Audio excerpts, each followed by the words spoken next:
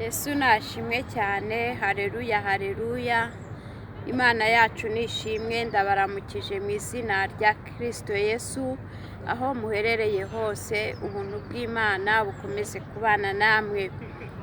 Mbifuriza rero gukomeza kugira ibihe byiza kandi no kurindwa n'Imana yacu yo mu ijuru. Nihanganisha kandi nkomeza n'abantu turazi ko mu gihugu cy'u Rwanda bari mu gihe cyo kwibuka abantu bazize jenoside y'1994. Abasigaye rero ab'Imana yarokoye mwese mwihangane kandi mukomere, Yesu atugirire neza cyane. Reka dusome ijambo ry'Imana dusanga mu gitabo cy'Abakorinto ba kabiri, igice cyaho cya mbere n'umurongo waho w'10. Yaturokoye urupfu rukomeye, rutyo nanone iracyaturokora, kandi twiringira yuko izakomeza kuturokora. Imana yacu nihabwe icyubahiro. Haleluya. Haracyariho amahirwe yo kubaho, haracyariho amahirwe yo kurindwa n'Imana. Nimukomere cyane bene data, aho muri hose, Imana yacu nishimwe. Shatse kuvuga ku burinzi bw'Imana cyangwa se kurokorwa n'Imana. Uyu mwanditsi yandikira Abakorinto arababwira ati bashima Imana yuko Imana yabarokoye urupfu. Imana yacu nihabwe icyubahiro. Bene data bakwiragiye ku isi yose, bagabo bene data bakundwa b'Umwami wacu Yesu Kristo, haracyariho amahirwe yo kubaho. Ntimucike intege, ntimucike intege Banyarwanda bacitse ku icumu. Ntimucike intege, mu bihugu byose byabayemo intambara hari abacitse ku icumu, hari ab'Imana yarokoye urupfu. Imana itugirire neza. Bene data rero, nshuti z'Imana, haracyariho amahirwe yo kubaho, haracyariho amahirwe yo kugirirwa neza n'Imana. Haleluya.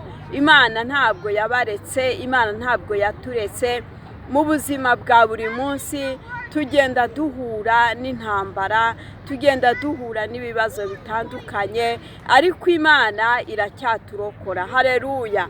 Hari ibintu bijya biza bigashaka kwica umuntu, hari ibintu bijya biza mu buryo se bigaterera mu burwayi, bigaterera mu ntambara nk'izo ngizo ziba mu bihugu hirya no hino, ariko kandi hari ab'Imana yizigamira. Yesu atugirire neza. Iyaturokoye cya gihe rero iracyaturokora, kandi duharanire kugira ngo inaturokore n'urupfu rwa kabiri. Yesu atugirire neza. Haleluya. Hari urupfu ruzaherana abantu, hari urupfu ruzaherana abanyabyaha, ariko kandi Abakristo turakwiriye guharanira kuzabona ubugingo buhoraho. Turaharanira kugira ngo tuzagire dute, tuzabashe gucungurwa no kurokorwa urupfu rwa kabiri. Imana itugirire neza. Kandi ijambo ry'Imana riratubwiye ngo yaturokoye urupfu, na n'uyu munsi iracyabasha kuturokora, kandi izakomeza iturokore. Bene data, nshuti z'Imana, haleluya, bakunzi b'Umwami wacu Yesu Kristo, bakunzi b'Imana, ndashaka kubabwira ngo muharanire gukizwa, muharanire gucungurwa n'amaraso ya Yesu, kugira ngo Imana ibarokore urupfu rw'iteka, kugira ngo Imana ibarokore urupfu ruzarimbura benshi. Yesu adufashe, kandi Yesu atugirire neza cyane. Haleluya. Bene data, nshuti z'Imana, haracyariho ibyiringiro by'uko wakomeza ukabaho, wikwiheba, wicika intege. Imana itugirire neza. Nubwo uri guca mu ntambara, ariko haracyari ibyiringiro byo kubaho. Haleluya. Hacyari ibyiringiro byo kurokorwa urwo rupfu ubona rugusatiriye, izo nzozi urota z'urupfu rwa buri munsi, izo ntambara za buri munsi. Imana iracyafite ubutware n'ubushobozi bwo kubikurokoramo. Yesu nahimbazwe cyane.